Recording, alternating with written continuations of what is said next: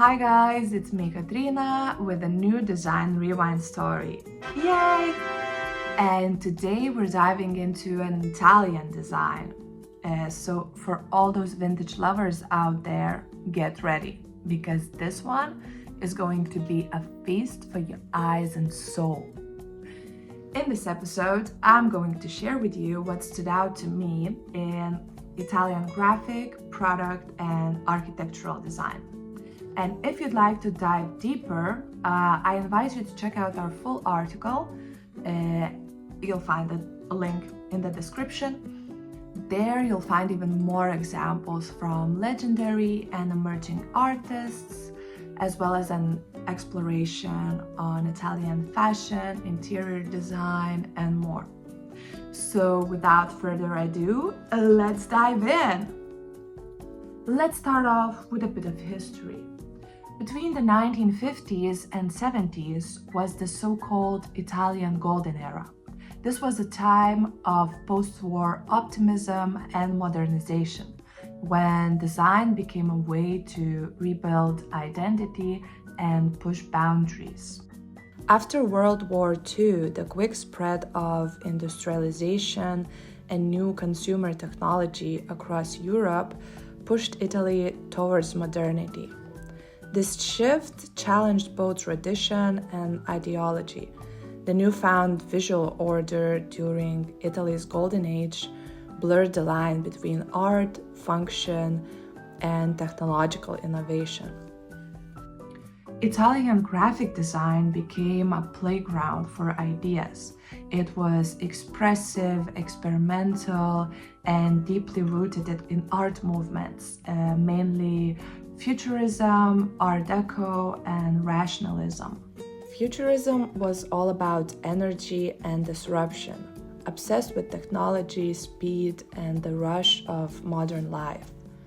Early 20th century futurists used unconventional typography that zigzagged across the page, sharp hand-drawn compositions, and vivid colors to capture the thrill of machines and youth culture. Art Deco in the 1920s and 30s brought a luxurious feel to Italian graphics.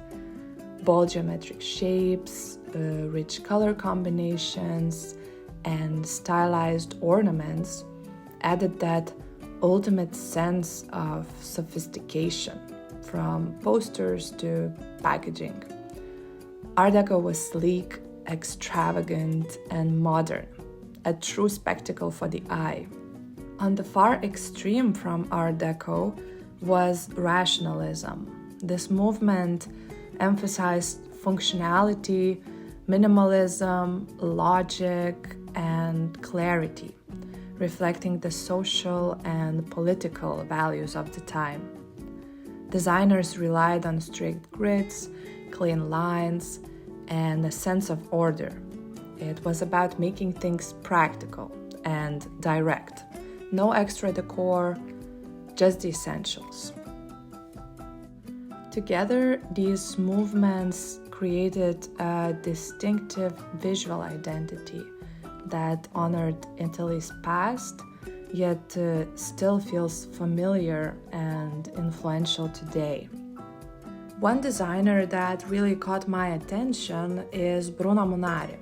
He is considered one of the greatest Italian visual artists of the 20th century. His work was playful, combining elements of Futurism, Surrealism, Modernism, and even Dadaism. In his work, he highlighted the importance of the creative process itself. For example, Munari designed children's books filled with cutouts, textures, and pop-ups, which invited kids to play, discover, and see the world through a different lens. He encouraged exploration, experimentation, and a hands-on approach to design. Another essential figure in Italian graphic design is Italo Lupi. Unlike Munari, Lupi stood out through repetition, simplicity, intention, and flexibility in his work. He created identities for Prada, Miu Miu, and Vespa, logos and marks that are elegant and timeless to this day.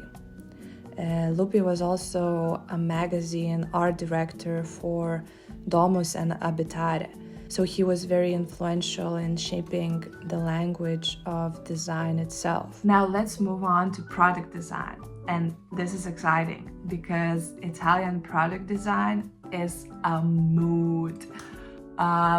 So during the Golden Age, design became a way to rebuild and reinvent Italy's identity. Designers honored their artistic heritage, often working hand in hand with local craftsmen to find new ways to use traditional materials like terracotta and marble. At the same time, they weren't afraid to experiment with newer ones, such as fiberglass, plastics, and laminates. Manufacturers also joined in by developing localized production processes, which made it possible to create beautiful objects that were also affordable and mass-produced. When we think of Italian products, the first thing that comes to mind is that made in Italy quality, precise craftsmanship, durable materials, and an innovative spirit. The Made in Italy mark was widely used between the 1950s and 60s across fashion, furniture, food, and mechanical engineering. And it reached its peak in the 1980s with global icons like Gucci, Vespa, Ferrari, Olivetti, among many others. You know the saying, "Don't judge a book by its cover"? Well, it's a good saying, but it doesn't actually fit Italian product design. Because despite the objects being absolutely gorgeous, they are also functional and adds real value to everyday life. Ergonomics, accessibility, elegant forms, high-quality materials, technology, and careful craftsmanship are all part of the DNA of Italian design. There are three major Italian design movements of the 20th century that were hugely influential for Italian product design. Italian modernism, postmodernism, and radical design, also known as anti-design. Italian modernism was all about clean lines, elegant forms, and a return to order simplicity. Think of muted palettes, geometric shapes, and minimal ornamentation. A great example here is Achille and Pier Giacomo Castiglione. They prioritized the practical side of design, dedicating their careers to researching new forms, techniques, and materials, and always highlighting problem-solving and user needs. By mid-century, postmodernism came in and shook things up with a more playful, eclectic, and fragmented approach. Bright colors, curvy forms, and a mashup of references from different cultures and eras. A leader of radical postmodernism was Ettore Sottsass with the Memphis Group, which was the influential design collective of the 1980s. Sottsass designed furniture, jewelry, glass, lighting, homeware, and even office supplies. He always aimed to go beyond function to create emotional experiences. He drew inspiration from literature, geography, anthropology, and travel, adding diverse cultural and historical references into his work.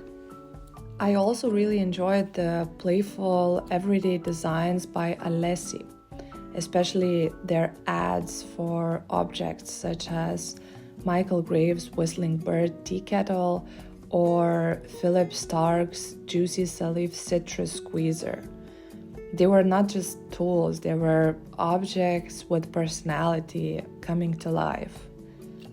Now, radical design or anti-design, which emerged in the late 1960s, promoted experimental anti-establishment ideas, using design as a form of social critique. Anti-design argued that the perfect form could never really exist.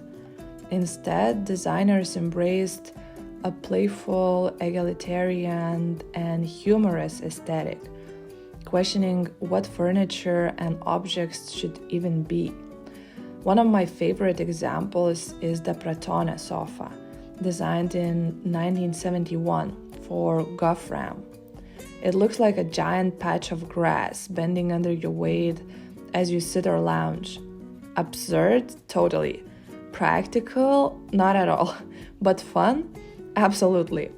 It was created to spark conversation and poke fun at the seriousness of modernist furniture. Now let's move on to Italian architecture. I'm sure most of you will agree it's truly breathtaking.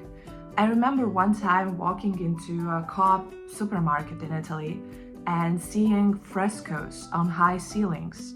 I mean, what's that all about? A bit excessive, don't you think? I'm kidding, of course. Italian buildings are in beautiful symmetry, proportion, and harmony drawn from the Renaissance, mixed with the curves and ornaments of the Baroque, like columns, arches, domes, and facades decorated with frescoes and marble sculptures. What's interesting is how Italian architecture moves and mixes between different styles, from ancient Roman and Greek to Renaissance to Baroque. You can see how Italian architecture kept cycling through styles, reinterpreting them while also picking up ideas from abroad. One contemporary firm that really impressed me is the Mora Studio. They beautifully combine historical and modern styles. They are detail-oriented, focusing on materials, color palettes, and even designing custom-made furniture, lighting, and textiles. The Mora Studio has partnered with fashion houses like Hermes, Bottega Veneta, and Fendi, as well as big names in hospitality. They've also worked on immersive exhibitions. One which I particularly loved was La Prima Notte di Quiete, or The First Night of Stillness. It was an immersive installation presented with Loro Piana at Milan Design Week 2025. It felt like a cinematic dream. The lights, textures, velvet drapes, and one-of-a-kind interior elements. It created an atmosphere that was both luxurious and intimate. The house was designed as a haven of peacefulness, layered with comforting, familiar sounds, like a phone ringing, a piano playing, the soft patter of rain on windows. The designers explored the boundary between reality and cinematic fiction. And even though I wasn't there in person, I must admit they did such a good job to convey the emotion and atmosphere that I could imagine myself there. So that was my take on Italian design. I really invite you to check out the full article on our website. Thank you for listening and see you the next time. Bye!